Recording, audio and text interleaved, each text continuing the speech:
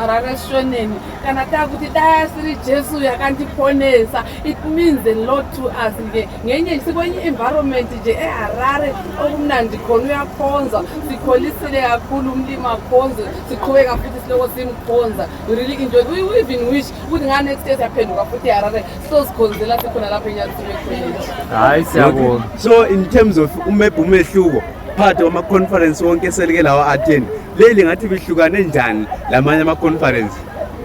Siku-institution engasiyo e-BICC sandisukuba semthabezi kwemthabezi izikolo zethu izikolo zebandla lapha siphandle we are out there yi-difference ekhona but food wise konke nje kuyafanana but ezinto ezinkozo zakhona kwehlukile siyandise kuba ku-environment yesindebeleni kuphela but namhlanje sikhuluma another language ukuthi khona sikhonza sihlanganisa izindimi zonke kuhambeka ka-one. Yonke into ihambe kahle yaphumelela sabusiswa saphakanyiswa salaywa sakhuzwa saboniswa sahlonyiswa ngezwi likamlimi sibusiseke kakhulu zonke izinto zihambe kuhle samphakamisa umlimi phezu kwezinto zonke ngoba enguJehova jayele uJehova nisi ngezinto elizibonileyo lapho. This is a big one. Mina vele sengifisa ukuthi ngabe uyavuma lo mama basandileyo inani labo sivile liphose Tyson conference. Sengifisa ukuthi ngabe uyavuma sike sibe ne-conference ibuye lapha eHarare. Maybe next year or after next year. Sibusisekile kakhulu kulesi siqinti siyakhona ukuthi izithelo zakhona zizanaba. Ibandla isiqinti seHarare siphakame omama bephakame uzathinta labo baba. EZiHarare sifundile okuningi lathi sayisivele host abanye kodwa kwezinye indawo ezijayelekileyo ibangeni lethu kodwa lathi sesahost umhlangano omkhulu kube yisibusiso sifunde okuningi lalo inxenye lamaphutha lapha nalaphana but next time we're here I think it will be bigger than this one and we thank God ukuthi umhlangano wamadoda uyeza lapha azabe silokhu sikhula labo baba bazafunda bekhule isiqinti sikhule.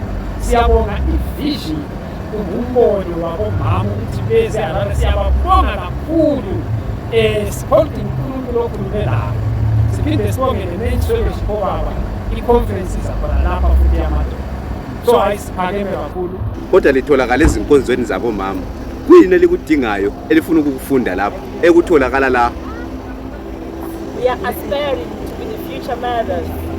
Aspiring mama bosizwe. Oh mama bosizwe uzayibona nje sesihlangulelana yomunye umnyaka ayikakhonza phela lapha.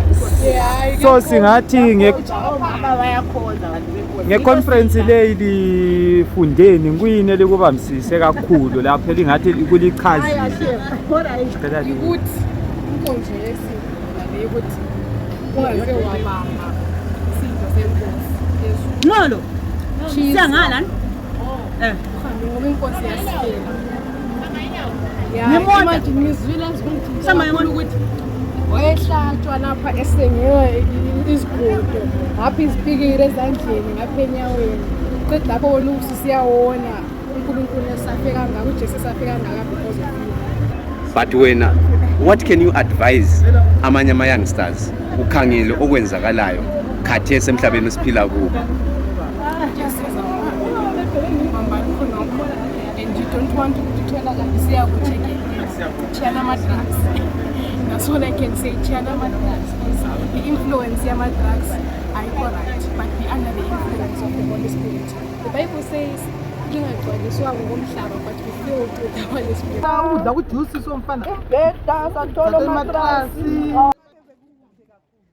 Nginanzelele indlela ehleleke ngayo le ndlela obekubanjwa ngayo izikhathi le ndlela futhi omama bazisele ngayo entweni yabo. Praise and worship, Dr. Super, MC, Dr. Super, my speakers, konke bekuhamba kahle. Well organized, the venue was good. And the turnout benhle kakhulu abantu bebebaningi impela kufundiwe ukuthi kuyadlalwa kwenyama abantu balele ngapha kwempazizeni banawuya zvakanaka ere vanoita zvakanaka ingqondo yimali lokudla nokuthi basuthi lokuthi vanhu vawana pekumuhola vasigara pasi repafulowani vane zvakakwanira zvikwanisiro tate mina ngithanda ukubonga uNkulunkulu okokuqala uJehova umdala wezinsuku umnikazi webandla owasithumela indodana yakhe uJesu Kristu ukuthi izosifela yahlenga wonke umhlobo ayilamshona ayilamndebele ayilamkhalanga ayilamkhiwa ihlenge wonke umuntu lo nyaka sifike eHarare okokuqala in the history of BICC ngenxa yalokho siyamdumisa uNkulunkulu eHarare besiyisprint esitsha esingakabi sikhulu kangako but sizwa inkosi ukuthi benze umsebenzi ayisiyo into elula ukuhosta more than 1,300 women a conference kungabomama uNkulunkulu sisizile through the Harare district. We would like to thank God and praise him. The people were happy generally. There were complaints here and there, which is expected for such a big crowd as this one. We take all their counsel and their advice for the future to say, what are we going to do to improve? I want to believe that from last year's conference to this year's conference, we tried to improve here and there. Things may not go the way we planned them, but generally the overall feeling of everybody else was that the conference was very good. Our speakers were trusted and they delivered according to our expectations for the Rooted in Christ, the Solid Rock, April Passover Conference 2024. For my desire right now and my prayer is that all the women arrive at home safely. Right now, that is my greatest prayer to the Lord, that may they all go back to their homes safely. We plead the blood of Jesus and we declare the name that is above every name, the name of Jesus, over every bus, over every mode of transport that is going to be traveling today. Others are flying, others are driving by road. That is our greatest prayer. The general feeling, people were very happy. They were very happy. There was 1 or 2 challenges, which is expected. That's all I can say about the Harare conference. Those are no fano taura, those are seguona kwangu sa amai. I don't want to put in detail, the self-adulation. Church manenge ndabiza ama conferences. Sikhangelele BICC Women's Conference. Kuyini elingathi ikuqukethe okungatshintsha impilo zabo mama elingakutshela labanye mama baphandle nje elingasiya khona ukuthi kathi iquketheni li conference ehlala ibizwa ngomnyaka. Ngiyabonga baba. I conference yethu BICC actually ibandla lethu labazalwane kuKristu delivers the true gospel. Amen. Undiluted, unpolluted, uncorrupted gospel of Christ Jesus. What is the gospel? That Jesus came to save, to redeem people. And he is sending us as the church, which is not there in some of the churches. We are saying to the people who have never been to any conference, the BICC Women's Conference is the conference to attend. Because there we speak about Jesus Christ, the Redeemer and the Deliverer, the one we are waiting for right now. We are expectant, we are preparing ourselves for his second coming. We preach the true Christ, not religion, but spirituality, the word of God in its fullness, the gospel as we were mandated by Jesus Christ in Matthew 28:16-20, that says, go ye therefore and reach out to the lost and bring them in, have them baptized in the name of the Father, the Son, and the Holy Spirit. That is the difference with us, BICC. We are a very true church that is full of the Spirit of God, where we believe in God the Father, God the Son, and God the Holy Spirit. We believe in the redeeming power of the blood of the Lamb. This year, the conference was here in Harare. Yes. Next year, all roads lead to Mchabezi mission, which is in Gwanda. Okay. The policy with the Women's Fellowship is that the conferences should rotate to all the districts, no matter how small or how big the district is. We are taking turns to host, and this is our last one that has been hosting. All the 7 districts have hosted the conference. We are now moving to start again from district number 1, which is in Chavezi, to go again the same round until all the 7 districts have hosted the conference. Sike Sizwe, from you, the hosting team. Ibimnandi. Ancho pia. Hayi, nakade mnandi siyabonga. Kade bengekho ke sibatsheleni sithini. Siyabakhuthaza bakithi ababuye ezinkonzweni zabomama. Asikunandi Lokubona yini ukudla? ukudla kuningi. Kuningi. Besala yini ukudla? Antsho phela. Namhla wonke umuntu ngesandla. Lokade yabhalisana. Mbona wonke umuntu eHarare udiniwe, khanya belisebenza abalapha. But it seems like the guests are happy because belizama sibili. Le mbuzo nje emfitshane about the just ended conference ukuthi ibinjani lapha liyibona njani? It was fine. It was fine. Yeah, it was awesome. It was awesome. Everything went on well. Antsho phela. Yes. The best part was everything was on schedule. Yes. Yeah. Hayi sibonile isikhathi omama liyasibamba. Yeah. Sibonile isikhathi liyasibamba and dedicated to izinto zena. Exactly. Hayi And siya. today's service was very exciting. It was very spiritual. I really enjoyed it.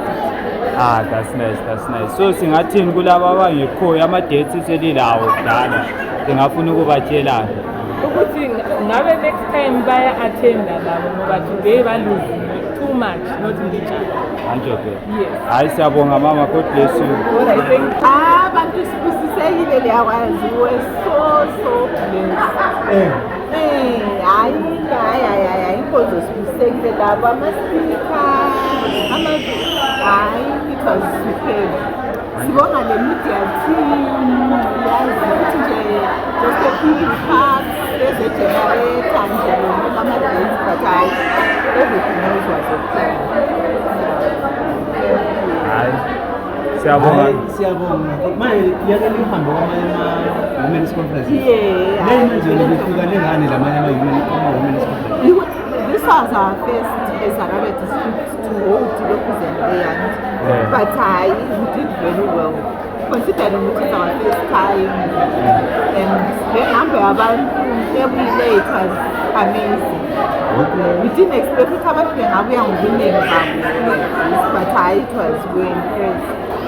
And then we also have remarks from Ma'am Bishop. I can quote her saying into zenu administration ibi powerful bekungela congestion. Ngingafuna ukunika i-advice iphi to the next people hosting i-conference next year. Mina eceleni kwami khona. Alright. Hayi kodwa sibesabele ngoba ebuchabeni sele sahamba. Antsho phela. So vele hayi there isn't much I can say to her ngoba she has done well before so hayi so umsebenzi baba hostel. Nansi competition mama lithi ningayi next year. Asibesayi babuye ngobuningi babo. It was their first but they did well. It was marvelous. Hayi Harare siphathe kuhle. Thina vele siqala sihoste eMchabezi and next year is coming to us. We are going to host them very nice. We are expecting 2 buses from Harare, 2 full ones. 2 full buses? Yes, usually they come with just 1 bus or with just 1 combi. So next year we want them all in Mchabezi. We are going to host them. Mchabezi vele kujayele ukuhosta. Yes, it's one of the mission station of Father in Christ Church. Kodwa ukudla khona bekufanana yini lokomchabezi kukwanile yini? Hayi ukudla beku-right. Ngingazi mina ngoba bengisidla etafuleni elikhulu ngingazi labantu abadla phandle. Azange ngizwe complaint which means beku-right. Kazi umama uyapheka lo siyamazi. Uyapheka. But sengapheki this time around. Yajikela ama-notes. She was hosting us, driving us around, taking us to church, to where we are sleeping, hosting. Generally, it was excellent. Harareans, excellent hosting. It was excellent. 5 star. Hayi 5-star hotel. Hayi siyabonga vele sathu ukufaka iphathona leyo kanengi bebekwazi. It was 5-star hotel. Siyabonga mama inkosi inkosi. Hayi siyabonga la. Siyabonga mama. 5 star. 5 star. It has been said sesithola ama 5 star amaningi lapha in terms of hosting. Mama, how was the service generally, the conference, how was it for you? The conference was very, very good. I was so blessed by the music, by the present worship khona nje ukubona abazalwane even abakudala engaqala ukubabona kudala msesemncane la msesemakoti ngabonile namhla we having a good time. This is a reviving conference. Siyambonga uNkulunkulu. Kanjalo phela. Hayi siyabonga mfundisi. And then atmosphere ibinjani? Atmosphere lapha during this time. Oh, it was very good. It was very good. It was so lovely, so refreshing. Ubona nje abazalwane besmile, bethanda uNkulunkulu, beflowa in the spirit. It was very good. It was good. Very, very good. And seeing the number of women which were gathered in this place. Nanzanga ngaibona. Yeah. Nanzanga ngaibona. It was a very good number. Yeah, siyabonga kakhulu. Hayi siyabonga mama inkosi libusise. uNkulunkulu alibusise. My wish ukuthi nabafana ningayekeli ithi nogogo sishumayela ivangeli. Yeah. Ningabafana kade bikhona la kuchunyayela. Abanye benu, they must be pastors, they must be evangelists. Siyabonga So that mfundisi. you preach to this generation. Sizayithatha njenge prophecy naleyo. Okay. Okay, thank you. God bless you mfundisi.